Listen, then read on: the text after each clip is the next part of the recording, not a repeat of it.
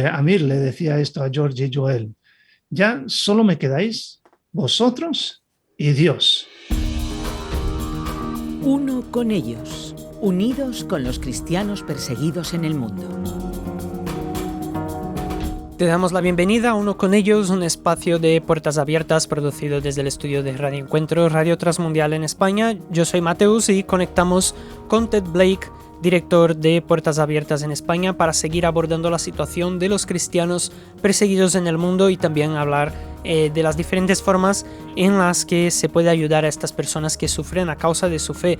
Gracias, Ted, por estar con nosotros. Pues igualmente, muchas gracias por esta oportunidad de hablar de la situación de los cristianos que sufren persecución. En este caso, seguimos una vez más con Siria. Siria es un país que ha estado en una situación bastante complicada debido a la guerra, un país donde muchas ciudades han quedado prácticamente en ruinas, muchas personas han visto como todas sus pertenencias, como su casa, sus negocios, su trabajo ya no existen, y hay diferentes iniciativas para ayudar a estas personas a poder recuperarse, y también hay iniciativas que buscan ayudar especialmente a los cristianos que sufren un problema añadido, no solamente todo lo que resulta de la guerra, sino también todos los problemas que les acarrea el seguir a Jesucristo debido a la persecución que reciben por ser seguidores de Jesús, por su fe en Jesucristo.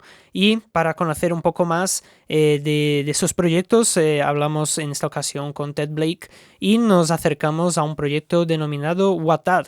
Ted, ¿podrías explicarnos un poco más sobre el contexto de Siria y también sobre qué es el proyecto Watad?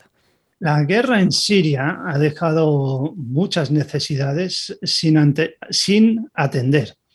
Y estas necesidades, entre esas necesidades hay dos que son diferentes la una a la otra, pero se han unido de una forma especial para ayudarse mutuamente. Mira, por un lado, se encuentran personas mayores. Hay muchas personas mayores que escogieron quedarse en Siria porque no tenían fuerzas para huir de la guerra. Sus hijos se marcharon o también en algunos casos los hijos murieron a causa de la guerra. En algunos casos solo queda uno del matrimonio, o sea, uno de los dos ya ha fallecido por diferentes motivos y entonces hay personas mayores que se encuentran completamente solos. Y esta es una de las necesidades. Por otro lado, están los estudiantes universitarios. Los costes de los estudios, de la matrícula, el transporte público para ir a la universidad, el material formativo, todo esto cuesta más de lo que ganan los padres con sus sueldos, con un sueldo normal. Entonces, necesitan una beca para que ellos puedan cursar los estudios. Sin esa ayuda económica, ellos tendrían que dejar de estudiar y ponerse a trabajar porque no tendrían ingresos de otra manera. Entonces, los centros de esperanza por un tiempo estuvieron ayudando a los estudiantes con becas sin ningún tipo de repercusión, de petición de parte de que los estudiantes hicieran algo para recibir esa ayuda. Pero con el tiempo, esos estudiantes empezaron a pensar que lo que estaban recibiendo ya no era una ayuda, sino era un derecho que ellos habían adquirido. Y la actitud de ellos cambiaba y se hacía complicado mantener la relación con los estudiantes. Entonces, el sacerdote que dirige el Centro de Esperanza y ayuda a repartir las becas a los diferentes estudiantes, tuvo que encontrar una solución para que los estudiantes pues también hicieran algo en compensación por lo que estaban recibiendo por medio de la beca. Y al final, pues lo que se le ocurrió era, pues a los estudiantes que se les ayuda con una beca, pues se les va a pedir que visiten a estas personas mayores que se encuentran solas. Y de esa manera, pues ha reducido el número de personas que están recibiendo las becas, pero también está cubriendo esa necesidad que se estaba quedando sin cubrir, que era la visita a las personas mayores. Y dentro de este proyecto hablamos también de personas específicas, de casos específicos como son Amir, George o también Joel. ¿Quiénes son estas personas? ¿Quiénes son Amir? ¿Quiénes son también George y Joel? Pues Amir es un hombre mayor, tiene más de 80 años, vive en un bloque de pisos y el ascensor de ese bloque ya no funciona debido a los daños creados por la guerra. Y él también es una persona que tiene un problema en las piernas y no puede caminar bien. Entonces, para él es prácticamente imposible salir de casa al estar tan arriba en el bloque y tener que subir y bajar por las escaleras. Sus hijos se fueron del país, su esposa murió hace unos años y entonces él está solo, tiene una pequeña pensión, pero no cubre ni siquiera lo mínimo que él necesita para vivir. Entonces, está en una situación realmente difícil. Y George y Joel, pues los dos son estudiantes universitarios. George es un estudiante de tercer año de medicina. Joel es una estudiante en su tercer año de economía. Y son dos de los 35 estudiantes que han aceptado visitar a los ancianos como compensación por recibir las becas de sus estudios. Y las personas mayores como Amir realmente se sienten tremendamente agradecidos cuando reciben estas visitas. Y les dicen cosas como que Amir le decía esto a George y Joel: ya solo me quedáis vosotros y Dios. No tengo nada más. Y claro, a los estudiantes les encanta el proyecto porque de alguna forma les permite hacer algo en compensación por la ayuda que están recibiendo y entonces también aprenden mucho de los mayores. Y dice que les dan consejos para que les dan consejos que les ayudan mucho. Y luego también cuando hablan con ellos, pues van aprendiendo cosas que no sabían de su pasado y empiezan a darse cuenta del valor que tiene el hecho de que se hayan quedado allí, en lugar de irse a otro sitio a cursar sus estudios y buscar una vida más fácil y más cómoda. Así que es una situación donde tanto los jóvenes ayudan a los mayores como los mayores están ayudando a los jóvenes. El grupo de estudiantes que reciben las becas es reducido, son 35 de ellos, y al ser un grupo reducido, pues no pueden alcanzar a visitar a todos los ancianos que están solos. Hay algunos que cuando reciben las visitas, pues dicen que sus hijos son más o menos de la edad de estos estudiantes y para ellos es como si sus hijos vinieran a verles. Pero es verdad que hay situaciones donde todavía hay más necesidad de lo que se puede cubrir. Y visitan, pues eso, unas 2 horas a la semana. Y claro, esto tampoco es todo lo que podrían desear estas personas mayores. Y hemos estado hablando de los centros de esperanza. ¿Qué es un centro de esperanza para aquellos que a lo mejor es la primera vez que nos acompañan aquí en Uno con Ellos y no saben qué es? ¿Qué es un centro de esperanza? ¿Cuál es la labor que realiza? Y también, ¿cuántos centros de esperanza hay actualmente en los diferentes repartidos por Irak, por Siria y también por Irak, porque están repartidos entre ambos países? Los centros de esperanza nacieron como respuesta a la necesidad que había en Irak y Siria.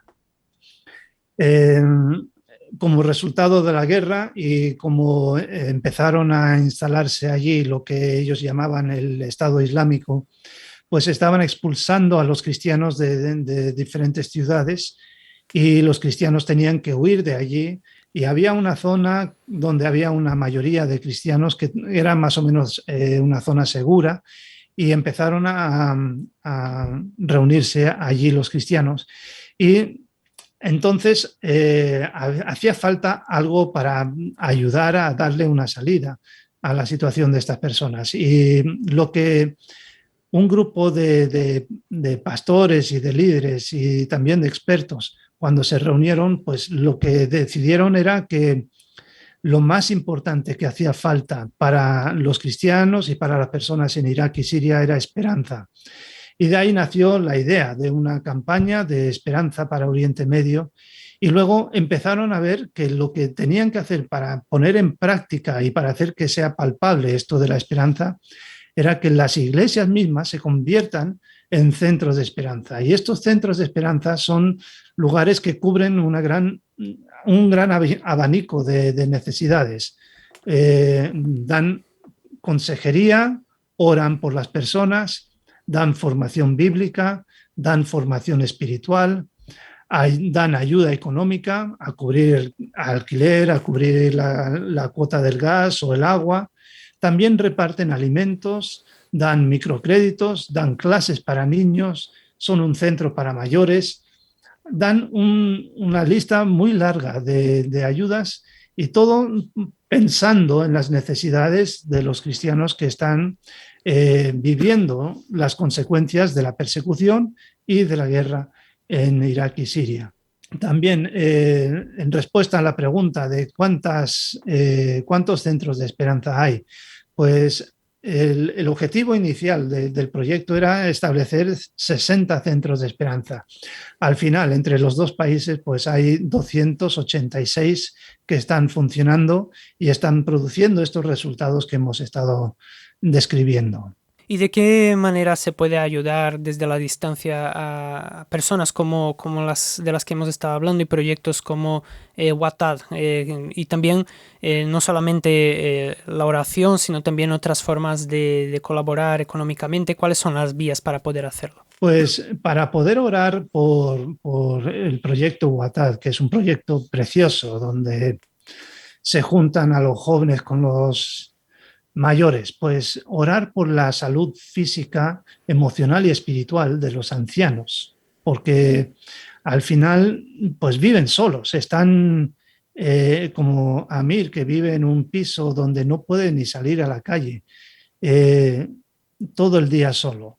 Pues cuando recibe esas 2 horas de visita a la semana, pues es algo que le ilumina el día. Entonces, orar por ellos, orar por los estudiantes que reciben las becas, para que también puedan acabar sus estudios, que puedan quedarse en Siria y que puedan ayudar a reconstruir el país después de todo lo que ha ocurrido con la guerra. Y también orar por las iglesias en Siria, para que sean esos portadores de esperanza y de reconciliación en el país. También nos podemos preguntar qué podemos hacer para ser de apoyo a cristianos que están sufriendo la persecución en estas circunstancias. Y lo que mejor se puede hacer es convertirte en un compañero de oración.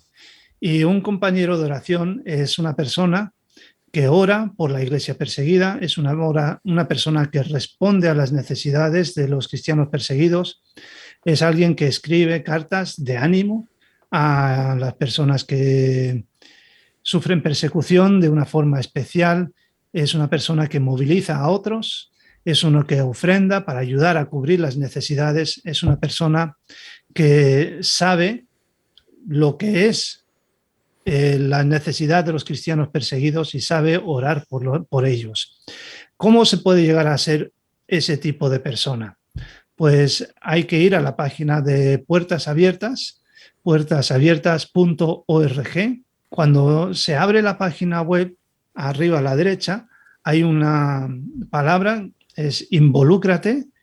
Haces clic en esa palabra y se abre un desplegable y encontrarás la palabra oremos, que es lo que acabo de describir, lo que es una persona que es un compañero de oración. No es obligatorio hacer todas las cosas que he descrito allí. Ayuda a tener una idea más amplia de lo que es ser un compañero de oración. Un compañero de oración, obviamente, es una persona que ora, pero también tiene oportunidad para hacer otras cosas, además de orar.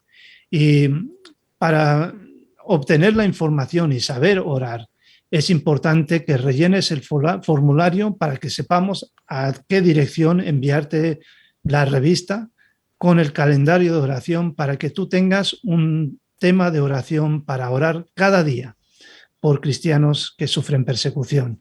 Y así llegarás a ser ese compañero de oración que apoya y fortalece a nuestros hermanos en la fe. Pues muchas gracias, Ted Blake, por estar con nosotros. Muchas gracias por contarnos más sobre este proyecto Watad que se desarrolla en Siria. También toda la red de centros de esperanza que hay no solamente en Siria, sino también en Irak.